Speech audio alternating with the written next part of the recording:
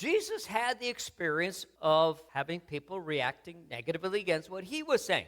And in our text, he tells them, my Father who gives you the true bread from heaven, for the bread of God is he who comes down from heaven and gives life to the world. And that statement didn't sit very well with his listeners.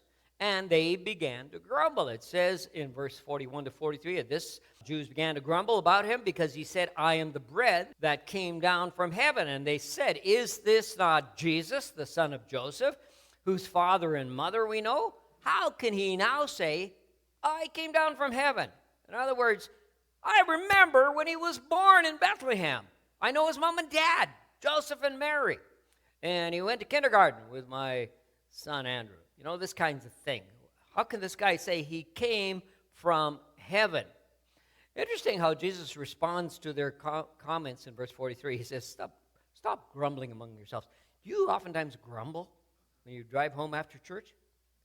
And what you've heard and you didn't like what you heard? Do you grumble? Jesus says, stop grumbling.